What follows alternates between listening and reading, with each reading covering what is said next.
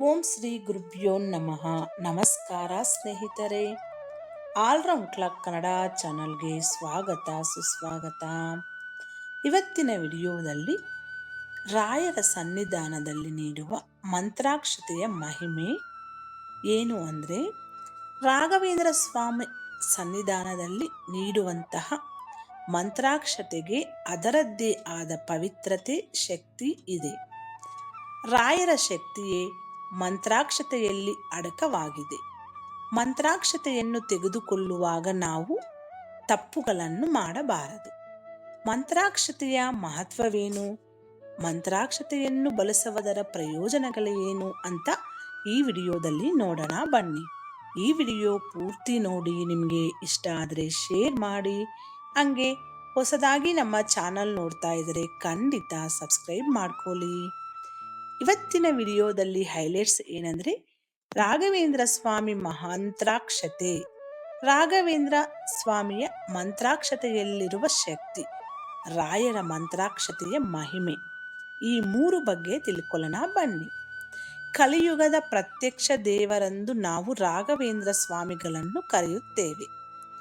ಬೇಡಿದವರ ಇಷ್ಟಾರ್ಥಗಳನ್ನು ಈಡೇರಿಸಿ ಸಂಕಷ್ಟಗಳನ್ನು ದೂರ ಮಾಡುವವರೇ ಕಲಿಯುಗದ ಕಾಮಧೇನು ರಾಘವೇಂದ್ರ ಸ್ವಾಮಿಗಳು. ರಾಘವೇಂದ್ರ ಸ್ವಾಮಿಗಳ ಮಹಿಮೆ ಹೇಗಿದೆ ಅಂದರೆ, ಇಂದಿಗೂ ಜನರು ದೇವರೆಂದರೆ ತಿರುಪತಿ ತಿಮ್ಮಪ್ಪ, ಗುರುಗಳೆಂದರೆ ಶ್ರೀ ಮಂಚಾಲೆ ರಾಘಪ್ಪ ಎನ್ನುವ ನಾಣ್ಣುಡಿದೆ.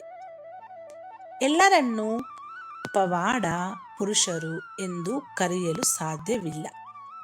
ಯಾರು ದೇವಿ ರೂಪದಲ್ಲಿ ಬಂದು ಜನರ ಸಂಕಷ್ಟಗಳನ್ನು ಪರಿಹರಿಸಿ ಬ್ರಹ್ಮಾಂಡದ ಕಲ್ಯಾಣವನ್ನು ಅಪೇಕ್ಷಿಸುತ್ತಾರೋ ಅವರನ್ನು ನಾವು ಪವಾಡ ಪುರುಷರು, ಮಹಾಮಹಿಮೆಯವರು ಎಂದು ಕರೆಯುತ್ತೇವೆ. ರಾಘವೇಂದ್ರ ಸ್ವಾಮಿಗಳು ಅಕ್ಷರಶಃ ದೈವಾಂಶ ಸಂಭೂತರು.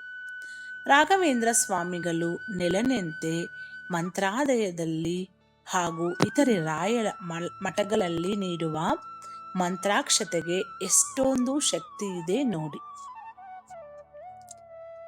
ಮಂತ್ರಾಕ್ಷತೆಗೆ ಅಪಮಾನ ಮಾಡದಿರಿ. ಮಂತ್ರಾಲಯಕ್ಕೆ ಭೇಟಿ ನೀಡಿದಾಗೆಲ್ಲ ನಮಗೆ ಮಂತ್ರಾಕ್ಷತೆಯನ್ನು ನೀಡುತ್ತಾರೆ. ಅದನ್ನು ತಲೆಯ ಮೇಲೆ ಹಾಕಿಕೊಂಡ ತಕ್ಷಣ ಕೆಳಗೆ ಬೀಳುತ್ತದೆ. ಇದರರ್ಥ ನೀವು ಅದನ್ನು ತಪ್ಪಾಗಿ ತಲೆಯ ಮೇಲೆ ಹಾಕಿಕೊಂಡಿದ್ದೀರು ಎಂಬುದಾಗಿದೆ. ರಾಯರ ಮಂತ್ರಾಕ್ಷತೆಯನ್ನು ತಲೆಯ ಮೇಲೆ ಹಾಕಿಕೊಳ್ಳಲು ಅದರಲ್ಲೇ ಆದ ನಿಯಮವಿದೆ. ಮಂತ್ರಾಕ್ಷತೆಯನ್ನು ತಪ್ಪಾದ ರೀತಿಯಲ್ಲಿ ಬಳಸಿದರೆ ಅದರಿಂದ ನಿಮಗೆ ಅಪಾಯವಾಗಬಹುದು. ಯಾಕಂದರೆ ನೀವು ಮಂತ್ರಾಕ್ಷತೆಗೆ ಅಪಮಾನ ಮಾಡುತ್ತಿದ್ದೀರಿ ಎಂದರೆ ಅದು ನೇರವಾಗಿ ರಾಯರಿಗೆ ಮಾಡಿದ ಅಪಮಾನವಾಗಿರುತ್ತದೆ. ಉತ್ತಮ ಆರೋಗ್ಯಕ್ಕಾಗಿ ಮಂತ್ರಾಕ್ಷತೆಯಿಂದ ಹೇಗೆ ಮಾಡಬೇಕು ಅಂದರೆ, ಯಾವುದೇ ರೀತಿಯಾದ ಆರೋಗ್ಯ ಸಮಸ್ಯೆಯನ್ನು ನೀವು ಹೊಂದಿದ್ದರೆ ಅದನ್ನು ದೂರ ಮಾಡುವ ಶಕ್ತಿ ರಾಯರ ಮಂತ್ರಾಕ್ಷತೆಗಿದೆ. ರಾಯರ ಮಠದಲ್ಲಿ ನೀಡಿರುವ ಮಂತ್ರಾಕ್ಷತೆಯನ್ನು ಇಂದು ಬಿಳಿ ಬಣ್ಣದ ಬಟ್ಟೆಯಲ್ಲಿ ಇಟ್ಟು ಅದನ್ನು ನಿಮ್ಮ ದೇಹದಲ್ಲಿ ಅಂದರೆ ಬಲಭಾಗದ ಜೇಬು ಅಥವಾ ಪಾಕೆಟ್ನಲ್ಲಿ ಇಟ್ಟುಕೊಳ್ಳಬೇಕು. ನಂತರ ಶ್ರೀಗಂಧವನ್ನು ಮತ್ತು ತುಳಸಿ ದಳಗಳನ್ನು ನೀರಿಗೆ ಹಾಕಿ ಆ ನೀರನ್ನು ನಿಮ್ಮ ತಲೆಯ ಮೇಲೆ ಪ್ರೋಕ್ಷಣೆಯನ್ನು ಮಾಡಿಕೊಳ್ಳಬೇಕು. ಈ ರೀತಿ ದಿನನಿತ್ಯ ಮಾಡುವುದರಿಂದ ನಿಮ್ಮ ಆರೋಗ್ಯ ಉತ್ತಮವಾಗಿರುತ್ತದೆ. ಎಷ್ಟು ಮಂತ್ರಾಕ್ಷತೆಯನ್ನು ತಲೆಯ ಮೇಲೆ ಇಟ್ಟುಕೊಳ್ಳಬೇಕು ಅಂದರೆ, ಪ್ರತಿ ನಿತ್ಯ ಸ್ನಾನ ಮಾಡಿದ ಬಳಿಕ ಬಿಳಿ ಬಟ್ಟೆಯಲ್ಲಿ ಇಟ್ಟುಕೊಂಡಿರುವ ಮಂತ್ರಾಕ್ಷತೆಯಲ್ಲಿ 2 ಮಂತ್ರಾಕ್ಷತೆ ಕಾಳುಗಳನ್ನು ನಿಮ್ಮ ತಲೆಯ ಮೇಲೆ ಇಟ್ಟುಕೊಳ್ಳಿ. ಮಂತ್ರಾಕ್ಷತೆಯನ್ನು ಶೇಖರಣೆ ಮಾಡಿಕೊಳ್ಳುವುದು ತುಂಬಾನೇ ಒಳ್ಳೆಯದು. ಈ ರೀತಿ ಮಂತ್ರಾಕ್ಷತೆಯನ್ನು ತಲೆಯ ಮೇಲೆ ಹಾಕಿಕೊಳ್ಳುವುದರಿಂದ ರಾಘವೇಂದ್ರ ಸ್ವಾಮಿಗಳ ಶ್ರೀರಕ್ಷೆ ಸದಾ ನಿಮ್ಮ ಮೇಲೆ ಇರುತ್ತದೆ. ಮಂತ್ರಾಕ್ಷತೆಯನ್ನು ಸರಿಯಾದ ರೀತಿಯಲ್ಲಿ ಬಳಸಿದಾಗ ಮಾತ್ರ ಎಲ್ಲ ಕೆಲಸಗಳಲ್ಲಿ ಜಯವಾಗುವುದು. ಮಂತ್ರಾಕ್ಷತೆ ಮಹತ್ವ ಏನಂದರೆ, ಮಂತ್ರಾಕ್ಷತೆಗೆ ನಮ್ಮ ಆರೋಗ್ಯದ ಸಮಸ್ಯೆಗಳನ್ನು ದೂರ ಮಾಡುವ ಶಕ್ತಿ ಇರುವುದರಿಂದ ಅದನ್ನು ಜೀವಾಮೃತವೆಂದು ಕರೆಯಲಾಗುತ್ತದೆ. ಮಂತ್ರಾಕ್ಷತ ಎಂದರೆ ಮಂತ್ರಸಿದ ಮಂತ್ರ ಪರಿಪೂರಕ ಹೊಂದಿರುವ ಅಕ್ಷತೆ ಎಂದರ್ಥ.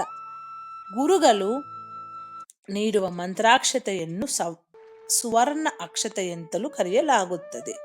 ಮಂತ್ರಾಕ್ಷತೆ ದೇಹ, ಮನಸ್ಸು ಮತ್ತು ಆತ್ಮಕ್ಕೆ ಕವಚದಂತೆ ಕೆಲಸ ಮಾಡುತ್ತದೆ.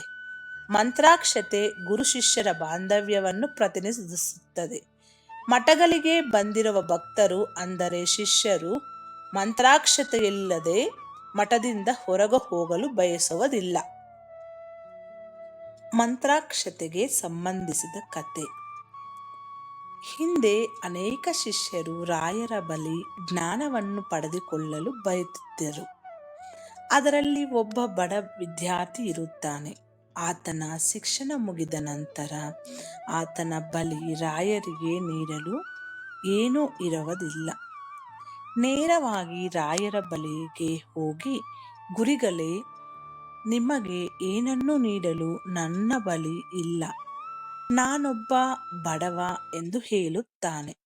ಈಗ ರಾಯರು, ನೀನು ಅದರ ಬಗ್ಗೆ ಚಿಂತಿಸಬೇಡ, ನನಗೆ ಅದರ ಅಗತ್ಯವಿಲ್ಲವೆಂದು ತನ್ನ ಬಳಿ ಇದ್ದ ಅಕ್ಕಿಯ ಕಾಳುಗಳನ್ನು ತೆಗೆದುಕೊಂಡು ಮಂತ್ರವನ್ನು ಪಠಿಸುತ್ತಾ ಅದಕ್ಕೆ ಶಕ್ತಿಯನ್ನು ತುಂಬುತ್ತಾರೆ. ನಂತರ ಆ ಮಂತ್ರಾಕ್ಷತೆಯನ್ನು ಬಡ ವಿದ್ಯಾರ್ಥಿಗೆ ನೀಡುತ್ತಾರೆ. ಆತ ಅದನ್ನು ತೆಗೆದುಕೊಂಡು ತನ್ನ ಊರಿನ ದಾರಿಯನ್ನು ಹಿಡಿಯುತ್ತಾನೆ. ಅವನು ಊರು ತಲುಪುವುದಕ್ಕೆ ಮುನ್ನವೇ ಕತ್ತಲಾಗುತ್ತದೆ.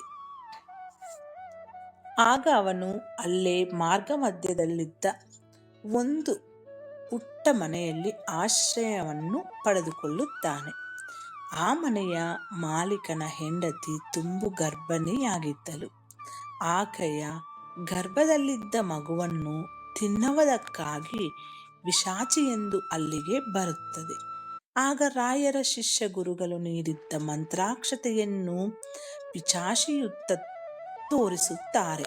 ಆಗ ಆ ಪಿಶಾಚಿ ಅಲ್ಲಿಂದ ಓಡಿ ಹೋಗುತ್ತದೆ.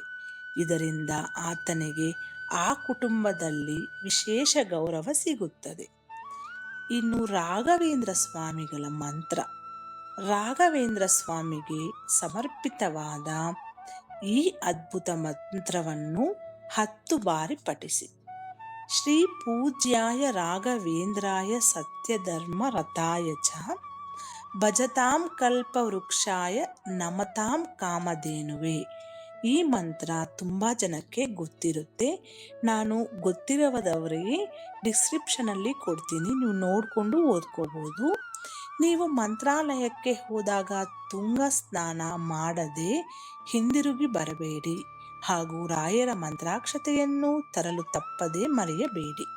ಈ ವಿಡಿಯೋದಲ್ಲಿರುವ ಎಲ್ಲ ಅಂಶಗಳು ನಿಮ್ಮ ಸ್ವಂತ ವಿವೇಚನೆ ಬಳಸಿ ನಿರ್ಧಾರಗಳೆಲ್ಲ ತೆಗೆದುಕೊಳ್ಳಿ.